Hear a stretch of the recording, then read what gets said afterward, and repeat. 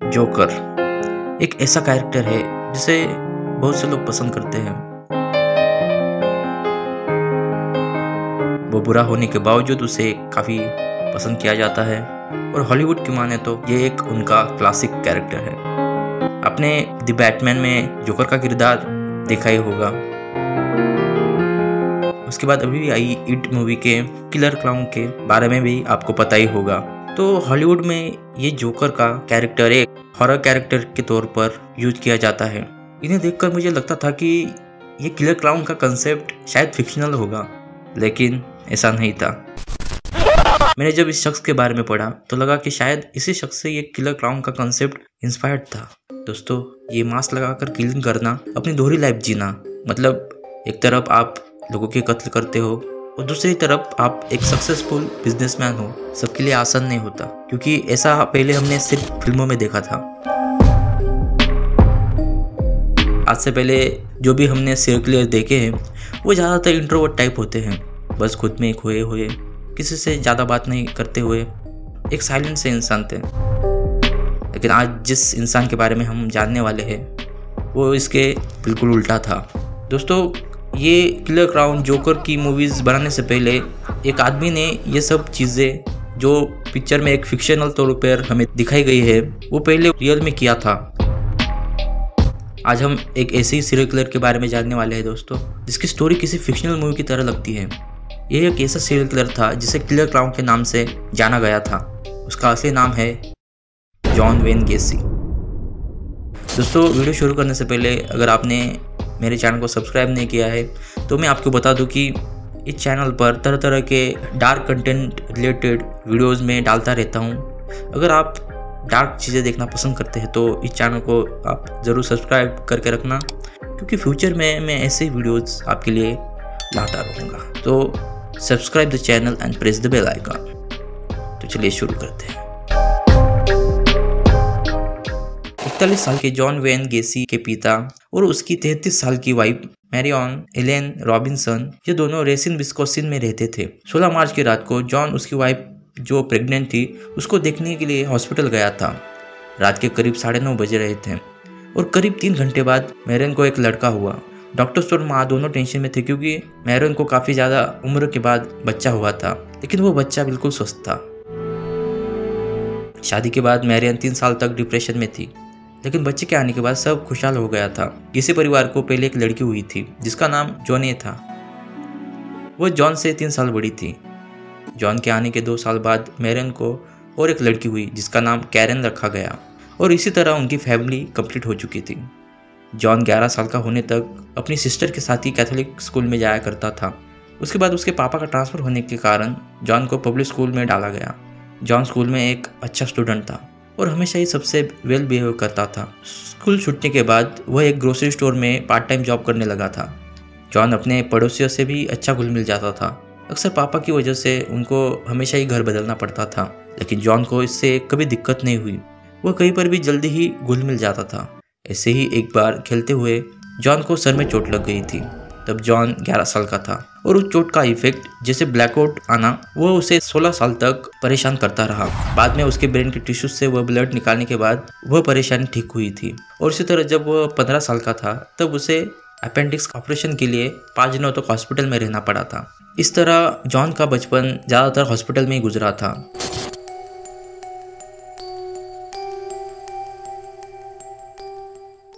जब वो high school में गया तब वह कुछ ज़्यादा फेमस लड़कों में नहीं था, मतलब स्कूल में ज़्यादा पॉपुलर नहीं था।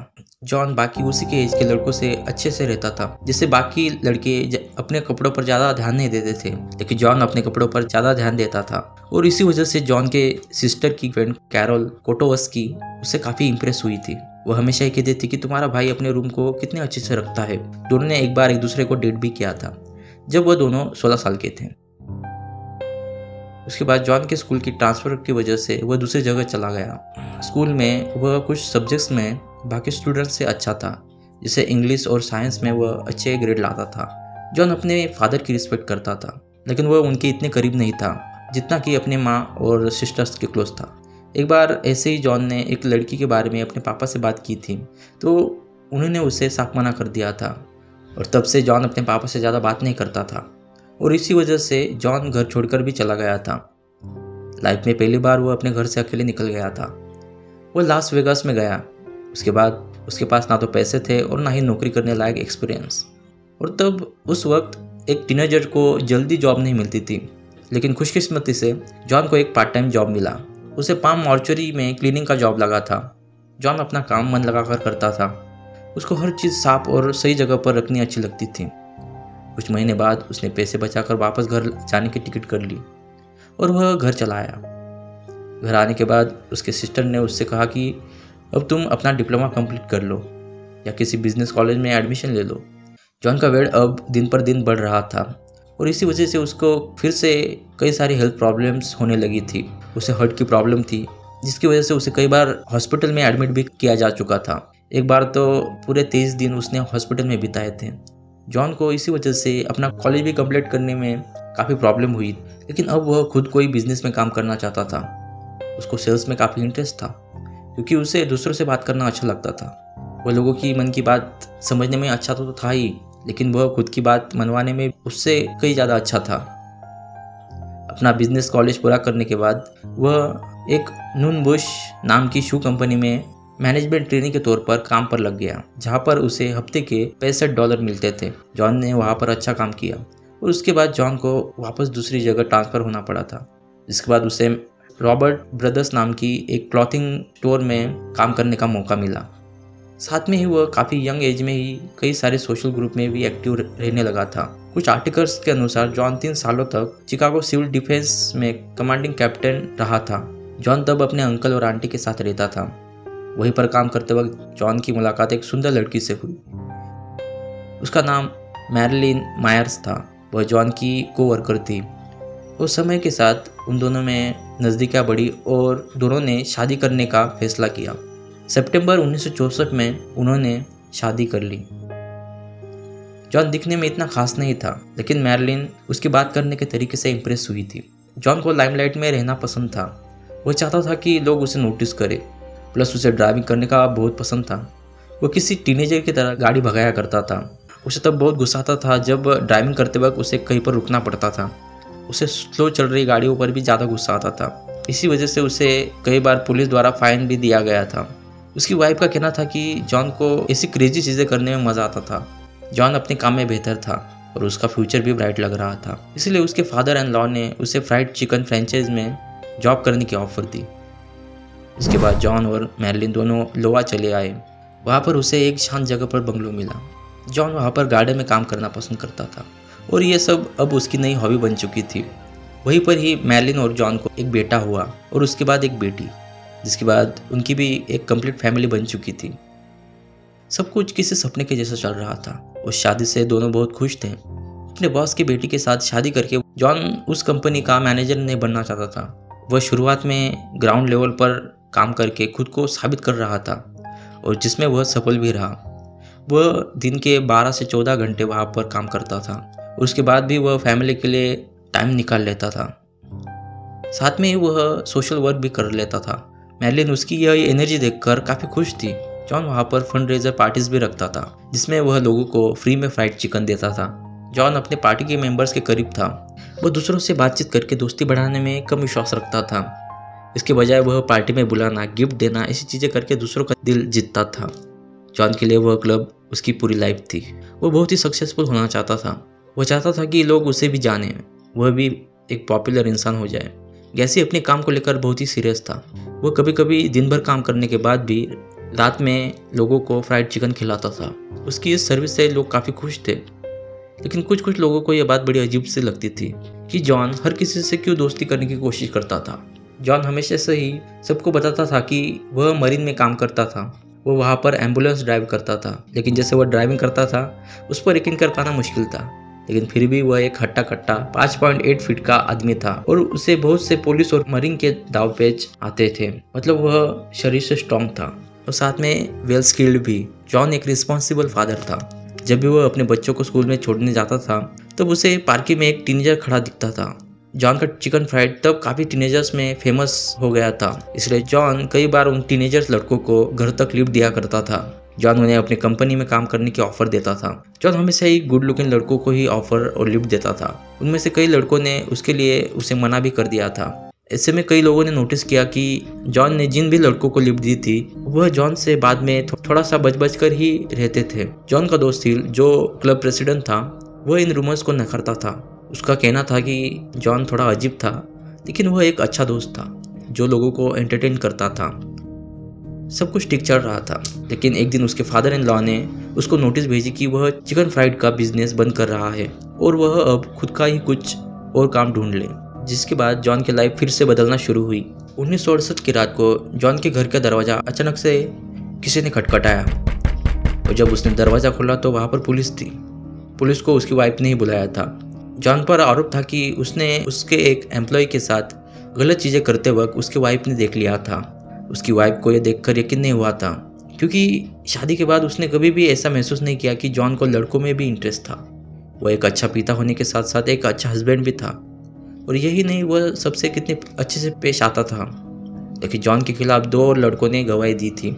जॉन ने उनको सेक्सुअली हरास किया था। जेम्स टर्ली जो एक 16 साल का लड़का था वह हाई स्कूल का स्टूडेंट था। जब मैं लेट नाइट को रेस्टोरेंट में काम कर रहा था, ये अगस्त 1967 की बात है, जब जॉन ने मुझे घर पर ड्रिंक करने और कुछ मूवीज़ देखने के लिए बुलाया था। उस वक्त रात के 11 बजे थे जब वह दोनों जॉन के घर आए। घर आने के बाद जॉन ने उस लड़के के लिए एक ड्रिंक बनाई। उसके बाद दोनों पूल गेम खेलने लगे। तब जॉन ने उससे कहा कि गेम में जो भी हारेगा उसको विनर को ओरल सेक्स देना पड़ेगा। उस लड़के ने वाइन पी थी लेकिन अब भी वह पूरे होश में था, इसलिए उसने कहा कि मैं इसमें बिल्कुल इंटरेस्टेड नहीं हूँ। जॉन हंसने लगा और उसने ये प्रिटेंड किया कि वह बस एक जोक कर रहा था। जिसके बाद उसने फिर से उस लड़के को ड्रिंक बना कर दी और दोनों टीवी पर एक पोर्न फिल्म देखने लगे। उसमें कई तरह के पोर्न्स थे, जैसे आदमियों के, औरतों के, जानवरों के, टेक्स्टा। दोनों ड्रिंक कर रहे थे। जब जॉन ने दूसरी मूवी लगाई तब जॉन ने उसे कहा कि तुम ऊपर के माले में जाओ, मैं थोड़ी देर में वहीं पर आता हूँ। ऊपर के कमरे में जब जेम्स मास्टरबेशन कर रहा था तभी अचानक से जॉन वहाँ पर आ गया। उसके पास एक चाकू था जो उसने जेम्स पर तान दिया। जेम्स ये देखकर घबरा गया था। उसका पूरा नशा उतर गया था। वह पीछे पीछे सरकने लगा और तभी जॉन ने उस पर चाकू से हमला कर दिया। उस हमले में उस लड़के को चेस्ट पर कट लग गया था। जिसके बाद जॉन ने उसे बेड पर गिरा दिया। जॉन उसके ऊपर था। जेम्स ने उसे नीचे ढकलने की कोशिश की लेकिन वो इसमें नाकाम रहा क्योंकि जैसे मैंने कहा जॉन शरीर से काफ़ी हट्टा कट्टा था। वह लड़का अब जोर जोर से चिल्लाने लगा जिससे जॉन ने उसे तब छोड़ दिया। वह लड़का ठीक से चल नहीं पा रहा था। उसके बाद जॉन ने उसकी हेल्प की। जॉन उसे समझा रहा था कि वह सेक्स एजुकेशन के बारे में बहुत कुछ जानता है और वह उसको ये समझा रहा था। और बातों ही बातों में जॉन ने उस लड़के को एक चेन से बांध दिया। जिसके बाद जॉन ने उस लड़के को एक चेयर पर बिठाकर उस लड़के से बात करने लगा। लेकिन अचानक से उसे क्या हुआ पता नहीं, उसने उस चेयर को लात मारकर गिरा दिया। चेयर गिरने की वजह से जेम्स अनकॉन्शियस हो गया था। जब वो होश में आया तब वह बेडरूम में था। जॉन उसकी छाती पर बैठा हुआ था और उसका गला दबा रहा था। लेकिन उस लड़के ने फिर से चिल्लाना शुरू कर दिया जिससे जॉन होश में आया और उसे समझ में आया कि वह क्या कर रहा था। वो साइड हो गया। जिसके बाद जेम्स वहाँ से भाग गया। इस असॉल्ट के बाद भी जॉन पर कोई केस नहीं हुआ था। कोर्ट के रिकॉर्ड के मुताबिक 1967 में और एक लड़के द्वारा सेक्सुअल असॉल्ट की रिपोर्ट की गई थी जिसका नाम मार्क मिलर था। जॉन अपनी पत्नी से अपनी सेक्सुअलिटी को लेकर हमेशा ही कुछ तो छुपाता था। जॉन ने कोर्ट से कहा था कि वह लाई डिटेक्टर टेस्ट के लिए तैयार है, लेकिन बाद में वह उसमें पकड़ा गया था। इसके बाद उसने माना कि उसने मिलर को ओरल सेक्स के लिए ज़बरदस्ती की थी। जॉन ने कन्फेस किया कि जब उसे पता चला कि मिलर ओरल सेक्स के लिए फेमस है तब उसने मिलर को एक बार लिफ्ट दी थी। मिलर तब 16 साल का था। मिलर ने कहा कि जॉन ने मुझे $40 ऑफ़र किए थे। इसके बाद हमें डील तय हुई थी, लेकिन जॉन ने कहा कि ये प्राइस काफ़ी ज़्यादा थी, इसलिए मैंने उसे $5 पर ही मनवा लिया था। जिसके बाद मिलर ने ओरल परफॉर्म किया, लेकिन जॉन नर्वस था इसलिए वह क्लाइमैक्स तक नहीं पहुंच पाया। जिसके बाद दोनों ने तय किया कि यही सेम रेट में वह किसी और दिन ट्राई करेंगे। जॉन ने इन्वेस्टिगेटर्स को बताया कि वह लड़का कुछ दिनों बाद फिर से उसके घर आया था और उसने फिर से ओरल परफॉर्म किया था और इस बार जॉन अपने घर में कंफर्टेबल था, इसलिए वह तुरंत ही क्लाइमैक्स तक पहुंच गया था। इस तरह एक मंथ में कई बार उस लड़के ने यह जॉन के ही घर पर किया था। उस लड़के को तब लोन की ज़रूरत थी, इसलिए वह बार बार जॉन के पास आ रहा था। मिलर के अनुसार उसने सिर्फ 2 बार ही ओरल परफॉर्म किया था, लेकिन मिलर की स्टेटमेंट बाद में कोर्ट के रिकॉर्ड से गायब हो गई थी और साथ में ही जेम्स के केस का तो आता पता ही नहीं था। लेकिन इस इंसिडेंट से जॉन की मैरिड लाइफ खराब हो चुकी थी। उसके कम्युनिटी में उसकी इज्जत चली गई थी, पर कई लोगों को अभी भी यह लग रहा था कि जॉन को क्लब की प्रेसिडेंट इलेक्शन से हटवाने के लिए यह सब किसी ने किया था, क्योंकि किसी को भी यह यकीन कर पाना मुश्किल था कि जॉन भी कुछ ऐसे कर सकता है। उसका पिछला पुलिस के साथ रिकॉर्ड बस इतना था कि उसको ट्रैफिक टिकट्स मिले थे। बाकी सोसाइटी में वह एक नामचीन पर्सनैलिटी था। जिसके बाद एक बार क्लब मीटिंग बुलाई गई, तब जॉन ने अपना नाम इलेक्शन से पीछे ले लिया। उसने कहा कि मैं अपनी कम्युनिटी और मेरी फैमिली के लिए मेरा नाम पीछे लेता हूँ। असल में जॉन को यकीन था कि उसके चार्जेस आगे और बढ़ने वाले थे, लेकिन बाहरी लोगों का दबाव यह कारण देकर उसने यह चीज़ लोगों को बताई थी। इस तरह से उस इलेक्शन में कोई दूसरा ही प्रेसिडेंट चुना गया था। उसके कुछ महीनों बाद जॉन पर फिर से एक केस किया गया कि उसने कुछ लड़कों को घर पर बुलाकर सीडोस कर रहा था। लगातार केसेस होने की वजह से अब जॉन के दोस्तों को भी जॉन पर से विश्वास उठ रहा था।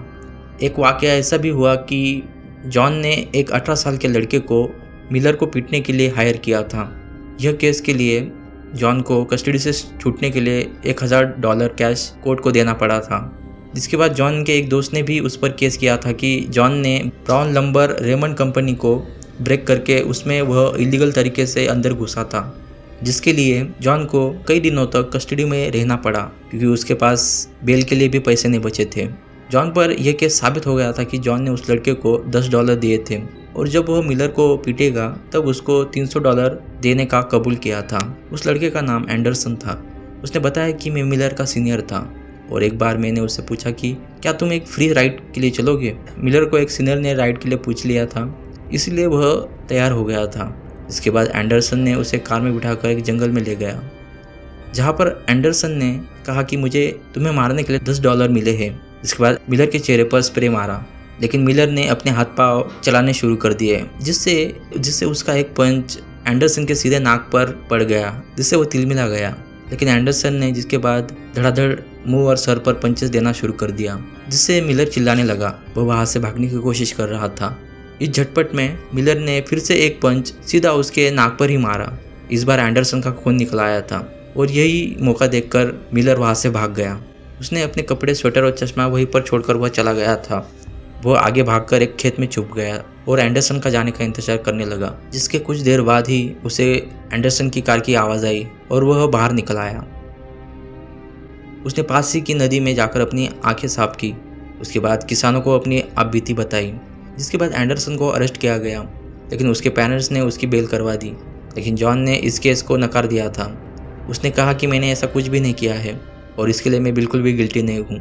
मैंने मिलर को बस धमकी देने के लिए कहा था। जिसके बाद जॉन को साइकेट्रिक हॉस्पिटल भेज दिया गया। डॉक्टर्स ने कहा कि जॉन को एंटी सोशल पर्सनैलिटी डिसऑर्डर है, जिससे वह बार बार वही चीज़ें करता है। यह मालूम होने के बावजूद कि वह चीज़ बुरी है। ऐसे मरीज अपने एक्सपीरियंस से कभी भी सीखते नहीं है और सबसे बुरी बात यह थी कि इस प्रॉब्लम के लिए कोई ट्रीटमेंट भी नहीं थी। डॉक्टर्स ने बताया कि जॉन एक बायसेक्सुअल है और वह उस चीज़ को पाने के लिए, रोमांच फील करने के लिए एबनॉर्मल सेक्सुअल ऑब्जेक्ट यूज़ करता है।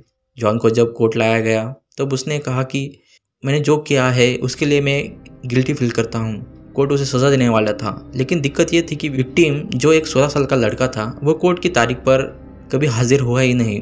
शायद उसके परिवार ने उसे ये कहा होगा क्योंकि अभी उसका फ्यूचर बाकी था और वह कैसे खुद पर रेप के लिए खुद की बदनामी सोसाइटी में कर सकता था। खुद की बदनामी के डर से वह कभी कोर्ट में आया ही नहीं, इसलिए वह केस ज़्यादा दिनों तक टिक नहीं पाया। जॉन का पिछला रिकॉर्ड क्लियर था।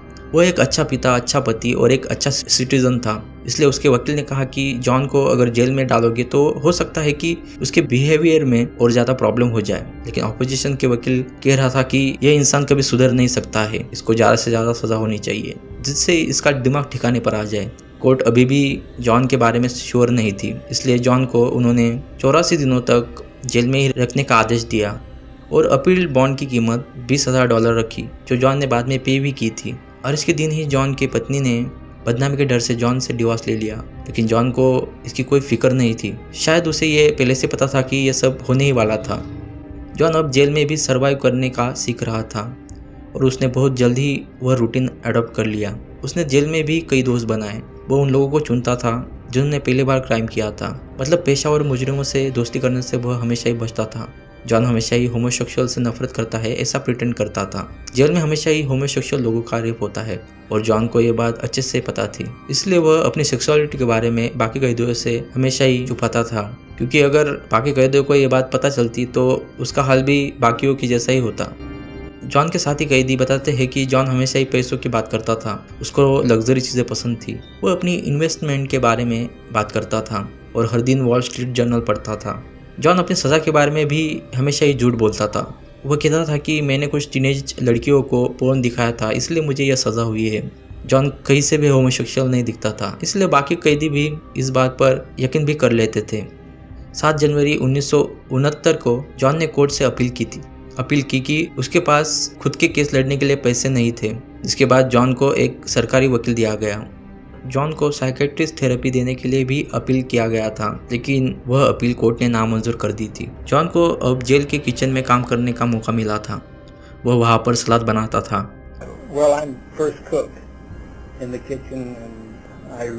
यही वह काम था जो वह पूरे शिद्दत से करता था।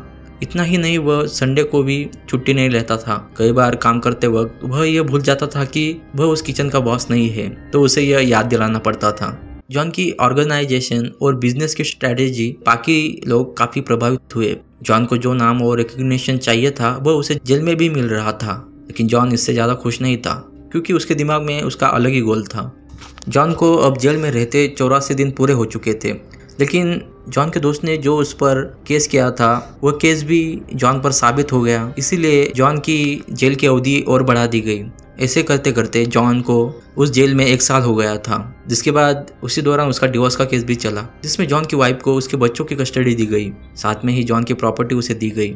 और यही नहीं, उसकी वाइफ के वकील की फ़ी $350 जॉन को ही पे करना पड़ा। जॉन ने कहा था कि मेरी पोर्नोग्राफिक फिल्में छोड़कर सब कुछ कोर्ट ने मेरी वाइफ को दे दिया। उसकी वाइफ ने उसके पड़ोसियों को बताया कि जॉन होमोसेक्सुअल था और बच्चों को भी अब्यूज़ करता था। जॉन अब अपनी वाइफ, अपने बच्चे, अपनी रिस्पेक्ट, सोसाइटी में पोजीशन, ये सब खो चुका था। बस एक ही चीज़ उसके पास थी, उसके गिने चुने दोस्त। जॉन जेल में भी अच्छा बिहेवियर रखता था। वह ज़्यादातर झगड़ों से दूर ही रहता था और इसलिए उसे 18 महीनों बाद जेल से पैरोल अप्रूवल हो गया। जज का कहना था कि अगर जॉन 18 महीनों बाद पैरोल नहीं भी करता था तो उसे अगले 5 महीनों के अंदर जेल से रिहा करना ही पड़ता। जॉन को 18 जून 1970 को छोड़ दिया गया। तब उसने अपने एक फ्रेंड को बताया था कि जेल में रहने की वजह से वह काफ़ी डिप्रेस फील कर रहा है। जॉन जब जेल में था तब उसके फादर की डेथ हो गई थी। तब जेल की अथॉरिटी ने उसे फ्यूनरल तक जाने की परमिशन नहीं दी थी। इस बात से जॉन ज़्यादा नाराज़ था। उसके बाद जॉन अपनी माँ से मिलने शिकागो चला गया। वह वापस आकर वाटरलू, जहाँ वह पहले रहता था, वहाँ आकर नया जॉब करने की बात कर रहा था। वह अपनी लाइफ फिर से स्टार्ट करने की सोच रहा था, लेकिन पता नहीं क्यों जॉन उसके बाद कभी भी वहाँ पर वापस नहीं आया। जॉन के फादर के साथ उसके कुछ खास रिलेशन नहीं थे, क्योंकि उसके फादर काफ़ी अब्यूजिव थे और जॉन के साथ सख्ती से पेश आते थे, लेकिन फिर भी जॉन उनकी रिस्पेक्ट करता था। और जॉन के मन में यह मलाल रह गया था कि उनको वह आखिरी अलविदा भी नहीं कह पाया। वह हर त्यौहार पर और ज़्यादातर क्रिसमस में उनकी ग्रेव पर फूल चढ़ाने जाता था। क्रिसमस का दिन उसके लिए बहुत इंपॉर्टेंट था। वह वहाँ जाकर बहुत रोता था। जॉन अभी भी 30s के अंदर ही था, सो उसको अपनी लाइफ अब सही ट्रैक पर लानी थी। जॉन ने शिकागो में ही कुक की नौकरी ढूंढ ली। वह एक ऐसी नौकरी थी जिसमें जॉन पैशनेट होकर काम करता था। जॉन अपनी बातों में लोगों को फंसाना अच्छे से जानता था। वह इसमें एक्सपर्ट था। जॉन ने अब डिसाइड कर लिया था कि वह खुद का एक घर बनाएगा और उसने एक शांत जगह पर यह भी सपना पूरा कर लिया। उसकी माँ उसके लिए बहुत खुश थी कि जॉन अपनी लाइफ फिर से सेट कर रहा था, इसलिए उन्होंने उसको फाइनेंशियली सपोर्ट भी किया। जॉन उस नए घर में आधा हिस्सेदार बना और आधे हिस्सेदार उसकी माँ और बहन बनी। उस घर के पड़ोस में काफ़ी अच्छा माहौल था। सब अपने काम से काम रखते थे। पड़ोसी के बच्चे बेफिक्र बाहर खेलते थे। लड़कियां ज़्यादातर बाहर जॉब करती थी। इस तरह वह एरिया काफ़ी डेवलप था। उस समय घर में बेडरूम के नीचे थोड़ी जगह छोड़ी जाती थी जिससे कुछ सामान वहाँ स्टोर किया जा सके। ऐसी जगह बेसमेंट से भी ज़्यादा ज़रूरी होती थी। जॉन के पड़ोसी बताते हैं कि वह हमेशा ही उस जगह गड्ढे खोदा करता था। जब उससे पूछा जाता था कि वह ऐसा क्यों करता है तो वह बताता था कि वह अपने हिसाब से घर को डेकोरेट करना चाहता था और बिल्कुल वैसे ही उसने हर रूम अच्छे से डेकोरेट किया था। जॉन भले ही नई जगह आ गया था लेकिन अभी भी उसकी फितरत बदली नहीं थी। शिकागो में भी जॉन पर 12 फरवरी 1971 में एक टीनेजर लड़के ने सेक्सुअल असॉल्ट का केस किया। उस लड़के ने कहा था कि जॉन उसे अपने घर पर ले गया, जहां पर वह अपने सेक्सुअल प्लेजर के लिए डिमांड करने लगा। लेकिन जब कोर्ट में यह केस गया तब वह लड़का बदनामी के डर से कोर्ट में आया ही नहीं, जिससे जॉन पर ज़्यादा कार्रवाई नहीं हुई और उसे पेरोल पर वापस छोड़ दिया गया। जॉन के वकील ने उसे उस शहर की मेंबरशिप भी दिलवा दी, जिससे जॉन बहुत खुश था और उसने वो सेलिब्रेट भी किया था। जॉन के घर में अब दिन और रात में भी हथौड़ी की आवाज़ आने लगी थी। जॉन ने बाजार से फ्रीजर, एक new ice box, automatic slicer और तरह तरह के चाकू खरीद कर लाए थे। उसका किचन एक प्रोफेशनल शेफ की तरह दिखता था। उसने घर की दीवारों पर क्लाउन्स की पिक्चर लगाई थी। घर में गमलों में पौधे लगाए हुए थे। उसके पड़ोसी या दोस्त जब भी उसके घर आते थे तो वह जॉन की इस क्रिएटिविटी से काफ़ी इम्प्रेस होते थे। जॉन का पहले से ही ऐसा सपना था कि उसका खुद का एक घर हो और वह घर वो अपने हिसाब से ही डेकोरेट कर सके।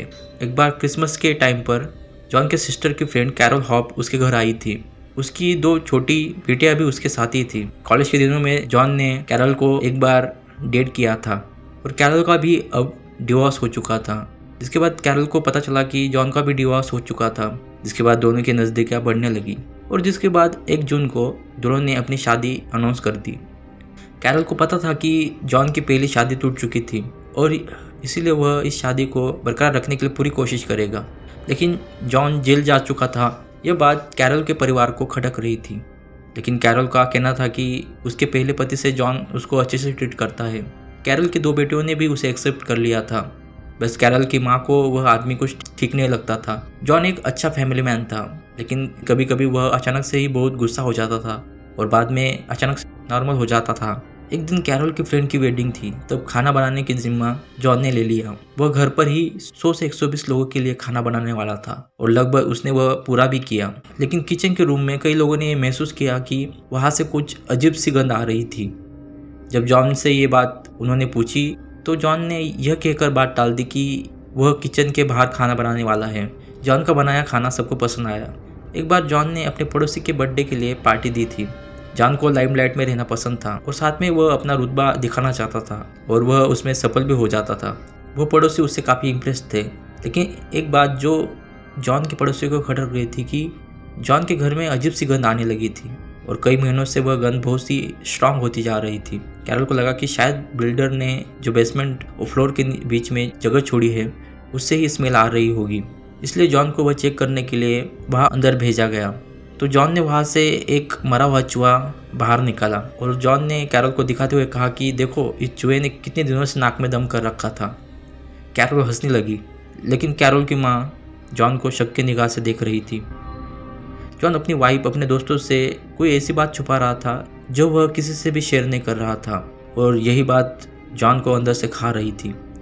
इसी गुस्से की वजह से जॉन को 22 जून 1972 को सड़क पर मारपीट के जुर्म में अरेस्ट किया गया। जॉन पर एक यंग लड़के ने केस किया था कि जब वह रास्ते पर बस का वेट कर रहा था तब जॉन वहां पर गाड़ी लेकर आया और एक बैज दिखाकर कहा कि मैं पुलिस शेरिफ डिपार्टमेंट से हूं और मुझे गाड़ी के अंदर बैठने के लिए कहा। जिसके बाद उसने मुझे ओरल सेक्स करने के लिए कहा।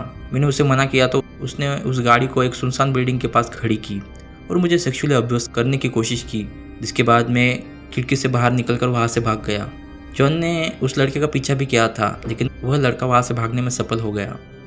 करीब 6 साल बाद जॉन के नाम पर फिर से एक कंप्लेंट दर्ज हुई थी, लेकिन कोर्ट की तारीख पर बदनामी के डर से यह भी लड़का कोर्ट में हाजिर नहीं हुआ, जिसकी वजह से यह भी केस स्थगित करना पड़ा। जॉन और कैरोल की शादी को 4 महीने हो चुके थे। कैरोल कहती थी कि जॉन अपने काम में बहुत बिजी रहता था। वह कभी कभी ही उसको अपने करीब आने देता था। रात में भी वह ज़्यादा से ज़्यादा 2 घंटे ही ठीक से सो पाता था। वो कहता था कि मुझे बुरे सपने आते हैं और इसलिए वह नींद लेना पसंद नहीं करता है।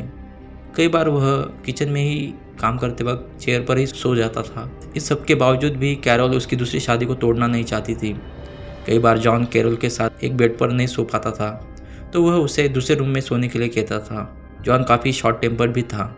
उसको जब भी गुस्सा आता था वह घर के फर्नीचर फेंकने लगता था, वह उनको तोड़ देता था। उस वक्त कैरोल बस पेशेंटली शांत होकर उसका गुस्सा शांत होने का वेट करती थी। जॉन का गुस्सा कुछ सेकंड के लिए होता था। एक पल में गुस्सा और उसके बाद एकदम से नॉर्मल हो जाना। जॉन और कैरल की शादी 1 साल बाद ही जॉन आधी आधी रात को बेडरूम से बाहर जाने लगा था और इसी से ही उनकी सेक्स लाइफ ना के बराबर होने लगी थी।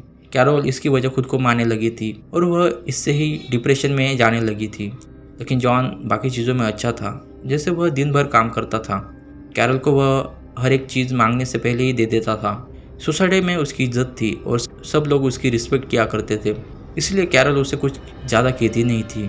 1 साल तक कैरल ने इसी तरह पेशेंस दिखाया, लेकिन अब वह जॉन से डिवोर्स लेना चाहती थी। लेकिन बाद में फिर से उसे उसकी बेटियों की फिक्र रहती थी। वह पहले ही डिवोर्स से सहम गई थी और उसकी छोटी लड़की तो जॉन को ही अपना असली पिता मानने लगी थी। जॉन का बर्ताव उन लड़कियों के लिए अच्छा था।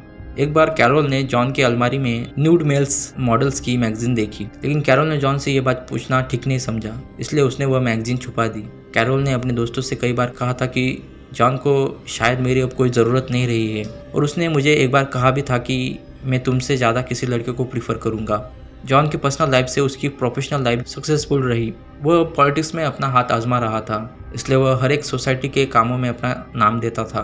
और ऐसे ही उसने एक चिल्ड्रन चैरिटी में तय किया कि वह एक क्लाउन का गेटअप लेकर छोटे बच्चों का मनोरंजन करेगा, जिससे वह कई बड़े पॉलिटिशियंस के नज़र में आ सके। इसलिए उसने वह क्लाउन का मेकअप करके खुद का नाम पोगो द क्लाउन रखा।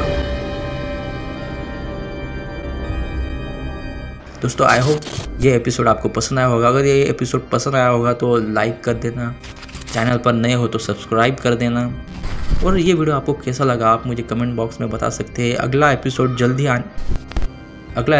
जल्दी चैनल पर अपलोड होगा, इसीलिए बेल आइकन को भी दबा कर ज़रूर रखना, जिससे जब भी एपिसोड रिलीज़ होगा तो आपको सबसे पहले पता चलेगा। साथ में आप इंस्टाग्राम पर मुझे फॉलो कर सकते हैं।